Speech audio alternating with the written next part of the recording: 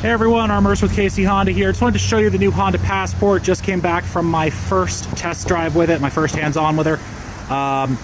So I want to go over a couple things. It's a really crappy day. You can see it's raining, it's dark. I'm trying to film a black-on-black Passport out here, but you know, I wanted to get this out to y'all as soon as I could. So this is the 2019 Honda Passport. What do I think? So far, I really like it. This is a touring edition. This isn't the Elite. This is kind of in the middle of the trim lines. The Passport's going to be coming in a Sport, EXL, Touring, and Elite. So this is kind of in the middle, high trim, but middle of the trim line. So what do I think of it? I like it. I like it a lot, actually. It's a little taller. It's about an inch taller than the Pilot. It's about 3 or 4 inches shorter than the Pilot. You can really see that. It looks less like a minivan. I've had a bunch of customers tell me that the Odyssey, the Pilot looks a little bit more like too much like a minivan for them. So this is, there we go. That's the Passport for the side profile. You can see there's a little bit more wheel clearance there than the rest of the Pilot. I think Honda's going for a little bit more of an off-road capable vehicle. You can also see this one literally just came out of PDI. It still has its delivery paper on it, so those little white dots you see over here won't be there once my prep department finishes up with it. So the Passport itself, really nice drive. Feels a lot like a Pilot. Feels a little bit beefier than the Pilot does. And you can see my dealer tag on the back right here. Let's look at the trunk, shall we? So one of the first things is the Touring here has the power kick gate, which isn't going to cooperate with me, but that's fine. And we're going to open her up. Okay. So you can see I have the floor mats in the back. It has a really nice big cargo area. As you can see, there is no third row back here. Okay? The Passport's a 2-row vehicle, but it has plenty of cargo space. So if I slide this forward, one of the coolest things I like that they did here is you still have this underbase storage area down here. You can see that's the underbase storage, nice and deep, kind of like the Pilot.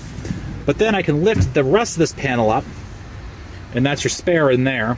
Fuel filler on the right there. But I have a nice good storage bay, a second storage bay down here. Now normally this would be where the third row seats fold down. But of course it doesn't have third row seats, so you don't need those. We also do have a 12-volt outlet back here in the trunk. And then you have your cleat tie downs. You have 4 tie downs built in, one in each corner, one there, one up there, one there, and one there. Nice little feature. Another thing we did was you can now fold down the back seats from over here. So I have this little button here. If I hit that, flops that seat right down for me. Let's go around the side. We'll look at the back. I don't know if you guys can see the window sticker there, but the vehicle is priced at $42,225. Nice. So climbing in here, you can see it's very Pilot-esque for the back. I guess if it ain't broke, don't fix it. You still have the sliding seats, like on the Pilot. So I slid that forward, I can slide that backwards. And it does have plenty, if I climb in here, of backseat room. Now, one thing I want to point out here is that there is no rear entertainment system, and that is not an option on this vehicle. So there's no res on the Passport. But going down here, you can see on the Touring here, I do have my heated rear side seats. So it's the outboard seats, the left and the right seat. The middle seat isn't heated. I have my air controls, obviously. I also have a 150 watt, 115 volt power outlet here, and 2 USB ports in the back as well. There's plenty of backseat space. I have the front seat pushed back about as far as I can there for myself, and I still have plenty of room. I'm about 6'2". So you got plenty of backseat space. Well, let's move up to the front. Oh, another thing is you don't have the panoramic sunroof because it wouldn't make sense. But one thing they maintained is a little sunshade back here. Nice little feature to have. So why don't I jump up front?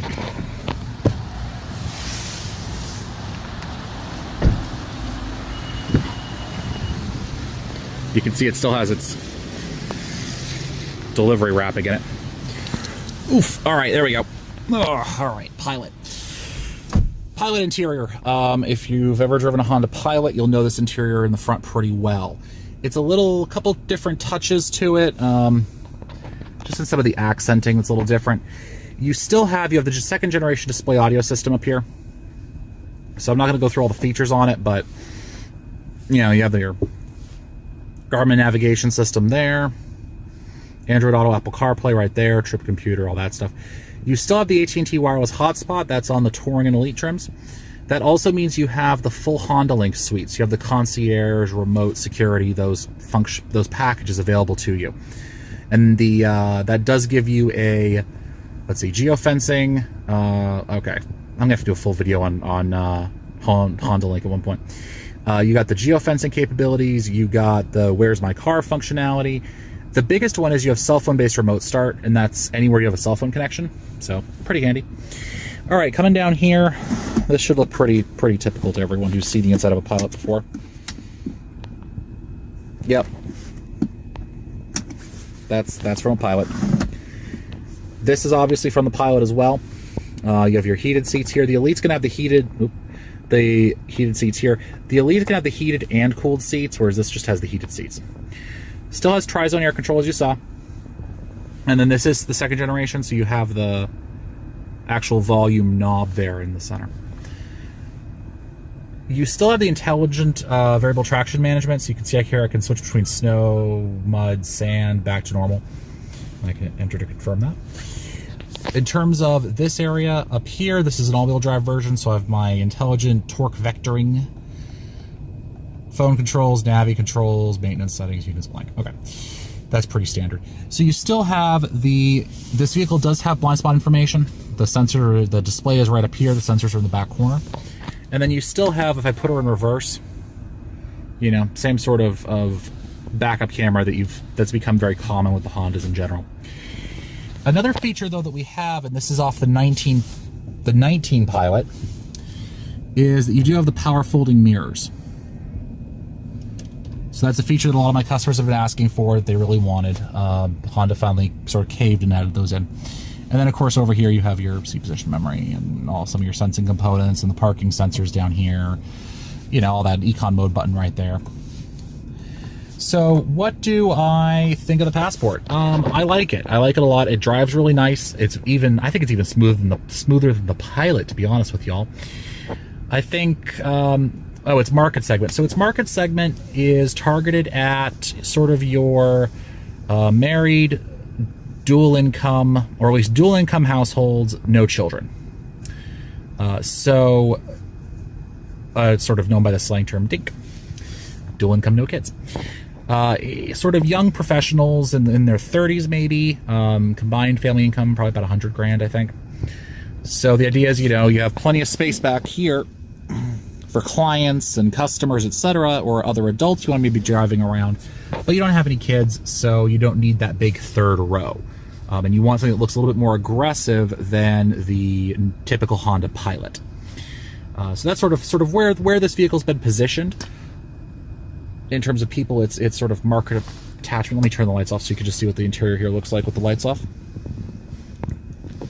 There we go. So that's really what it's been marketed for. I think it's a fantastic vehicle. I can't wait to have people coming in so I get to show it. I think it's going to be a great contender to the Grand Cherokee and, you know, the Murano and some of those other vehicles. And it's good to have something now that's sort of in the middle of the CR-V and the Pilot. You know, you want something bigger, but you don't want something Pilot-sized. But the CR-V just doesn't have enough space for you. You know, that's really what the Passport's designed for. All right, y'all. I'll probably do a more in-depth video in the future. I think some of my other coworkers are trying to get a hold of the vehicle to show it. Had to stop once because another salesperson just kind of wandered up on me and jumped in the vehicle when I was trying to show it. So, if you have any questions, post them in the comments below. You can also PM me, of course. And if you need anything else, drop me a line. All right, see you all around.